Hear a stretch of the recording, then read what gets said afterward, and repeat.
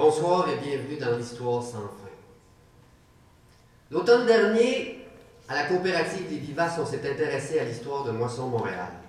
Moisson Montréal, c'est une banque alimentaire, la plus grande au Québec.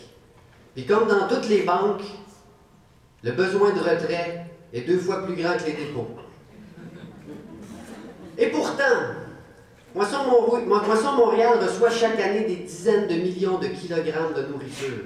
Il contribue à nourrir des dizaines de milliers de personnes partout à Montréal et autour du Québec. Et pourtant, le besoin serait 2 fois plus grand. C'est colossal. On s'est intéressé à l'histoire de Montréal, puis pour s'intéresser à une histoire, à la coop, les Vivaces, on devient des récolteurs de mots, des récolteurs d'images. On devient des extracteurs de merveilleux. Puis ce qu'il faut aussi, c'est être un peu coureur de jupons. Mais pas n'importe quel jupon, le jupon qui dépasse. Parce que le jupon qui dépasse, c'est comme l'extraordinaire qui finit par apparaître derrière l'ordinaire. Fait que cet automne, on s'est rendu à Moisson-Montréal, qui est sur la côte de Liesse. C'est tout un défi de se rendre là, il faut braver le trafic. Et pour ceux qui y ont déjà été, c'est pas évident. Alors, une fois rendus, on a rencontré 2 moissonneuses, 2 personnes qui s'occupent là-bas de bien des choses. Puis ils nous ont fait visiter ce port alimentaire où la nourriture arrive. Pressé de se trouver une place où être mangé avant d'être gâté. Et nous autres, on est rentrés là, puis on a ouvert les yeux, puis on a cherché le jupon qui dépasse. Ils nous ont fait visiter cette grande bâtisse presque neuve. Puis à un moment donné, dans un coin, il y avait comme une cabane. Une cabane qui avait l'air d'avoir été bâtie pour être dans une petite forêt, habitée par des jeunes, des enfants. Les planches étaient montées sur le long, des planches en bois de grange, écornées par le temps. Je vous ai demandé aux moissonneux, je leur ai dit, c'est quoi cette cabane-là? Ils ne savaient pas.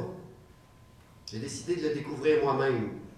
Puis j'ai ouvert la porte de l'histoire de Moisson-Montréal.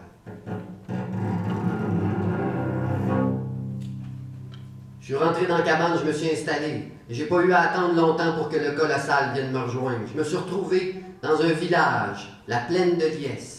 Ça aurait pu être n'importe où au Québec. Puis dans ce village-là, ce jour-là, un étranger arrivait. Un étranger au pas lourd.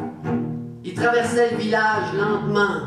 Mais si on l'avait regardé, on aurait pu voir que dans ses yeux, il y avait comme une lueur de faim qui commençait à s'éveiller. Puis dans son ventre, s'il y avait une oreille pour écouter, on aurait pu entendre ce gargouillement-là qu'on connaît. Encore et encore. Mais personne n'a regardé, personne n'a entendu. Puis la faim, elle, qui était dans son ventre, comme personne la voyait ou l'entendait, était invisible, elle s'est mise à grandir encore. Elle était contente, puis quand l'étranger est arrivé à la fin du village, la faim, elle a décidé de rester. Puis elle s'est installée comme une ombre qui plane au-dessus du village. Ce même soir-là, quand la lune a été haute dans le ciel,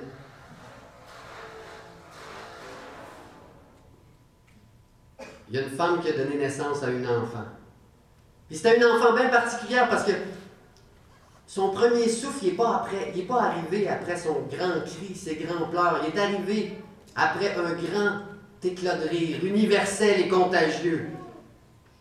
Elle a respiré en même temps qu'elle riait. Et tout le monde dans le village s'est mis à rire aussi. Cet enfant-là, on l'a appelé Loup de Liesse. 7 ans plus tard,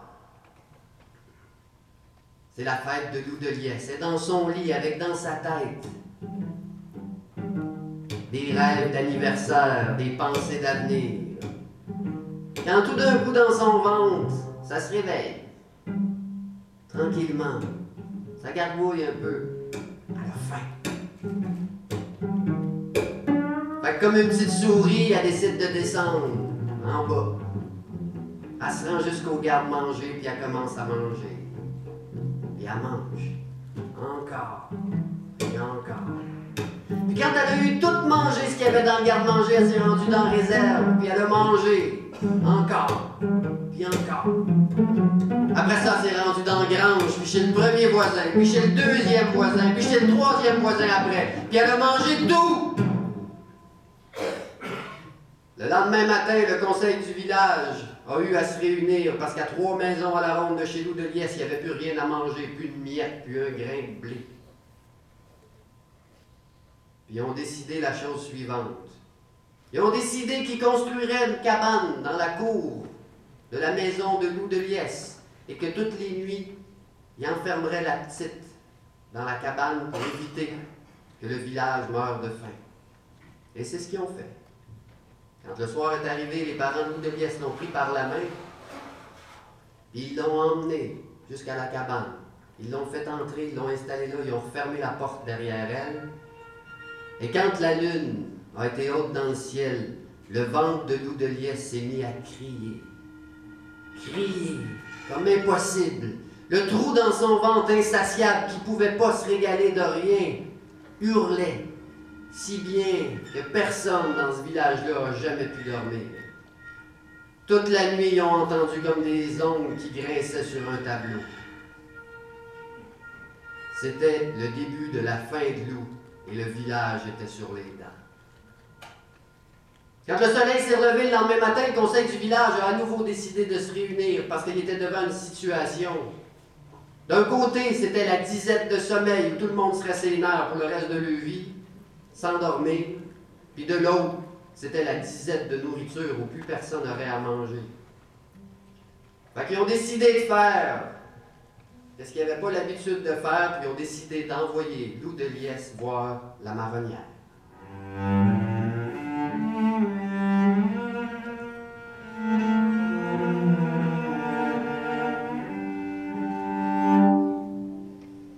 La marronnière, c'était la femme sans âge du village. Personne ne savait quel jour était né. Puis personne ne savait si un jour était pour mourir. Ce qu'elle avait de spécial, la marronnière, c'était qu'elle pouvait voir les inéquitances des gens. Ce qui, en chaque personne, est un peu en trop ou en pas assez. Ce qui est en si grand besoin de devenir. La marronnière pouvait voir les inéquitances de chacun. Puis là, le conseil du village voulait savoir c'était quoi linéquitance de Loup de Liesse. Fait que ses parents l'ont pris par la main et ils l'ont emmené jusqu'à la maison de la marronnière. Elle les attendait. La porte s'est ouverte avant même qu'ils arrivent. Ils sont entrés. La marronnière a pris la petite Loup de Liesse par la main puis elle l'a emmenée à un endroit précis dans la maison où il y avait une espèce de genre de tremplin. La marronnière est montée sur son tremplin puis elle s'est avancée quand elle a été au bout.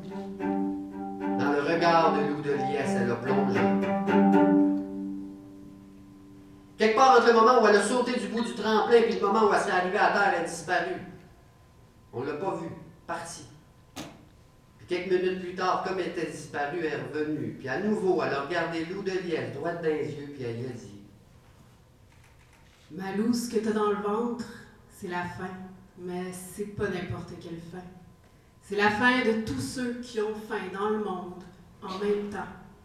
Puis quand la lune se lève à chaque soir, toi tu ressens cette faim-là insatiable que tu pourras jamais arriver à nourrir, et ni ton village. Mais je pense que je peux t'aider. Si chaque jour tu viens chercher un marron sur mon terrain et que tu arrives à faire que chaque villageois passe une nuit à ressentir la fin du monde que je vais avoir mis dedans, ben après, tu viendras me voir. Ça a été le début dans le village de la plaine de Liesse du grand bal des marrons. Chaque soir, la petite Lou se rendait sur le terrain, trouvait un marron. La marronnière faisait entrer la fin du monde dans le marron. Loup de Liesse repartait, puis elle trouvait, avec son grand sourire puis son grand rire, quelqu'un qui acceptait d'entrer dans la cabane à loup et d'y passer la nuit, à ressentir dans son ventre la fin du monde. Quand la lune venait haute dans le ciel, les ventres se mettaient à crier et à hurler. Et Lou, elle, dansait et chantait autour de la cabane toute la nuit. Quand tous les villageois ont eu passé chacun leur tour dans la cabane à Lou, Lou est retourné voir la marronnière. La marronnière s'est encore installée sur son grand tremplin. s'est avancée, et dans le regard de Loup de Liesse, elle a plongé. Quand elle est revenue, elle l'a regardé droit dans les yeux, puis elle lui a dit: Lou, la terre est prête. Elle est prête à recevoir la fin du monde dans son ventre. Mais pour ça, il va falloir que ce soir, quand la lune va être très haute, toi puis tous les villageois plantiez en même temps votre marron. Ce soir-là, tous les villageois avaient le marron. Quand la lune a été haute dans le ciel, ils l'ont planté. Puis là, il s'est passé quelque chose qui n'avait jamais été vu, puis qui n'a jamais été vu depuis. De chacun des marrons est parti un grand réseau de racines qui a couvert l'ensemble du village de la plaine de Liesse, et plus loin encore, plus grand que Montréal, plus grand que le Québec. Et les marrons se sont mis à battre comme des cœurs. Ils battaient à l'unisson du cœur des villageois qui les avaient plantés. Et à ce moment-là, ça a été clair dans la tête de chaque personne de ce village-là que la fin ne pouvait plus être invisible. Parce que si la fin, on la regarde, on la voit, elle ne peut jamais exister bien longtemps.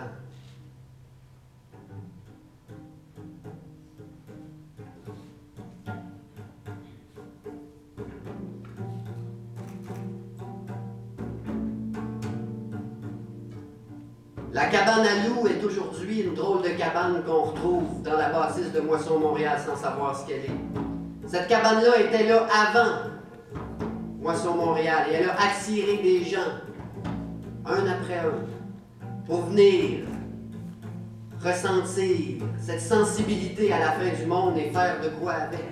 Ils se sont donnés pour mission de regarder la fin droit dans les yeux, peu importe le visage qu'elle emprunte.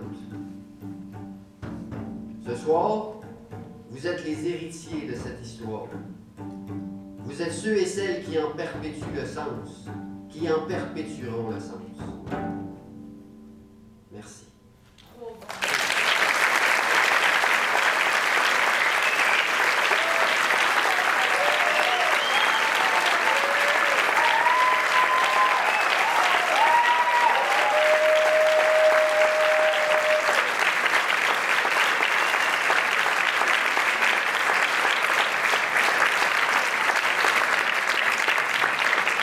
Alors, c'était les Vivaces, la coopérative Les Vivaces, on les applaudit. Merci, bravo, avec leur conte et l'histoire sans fin.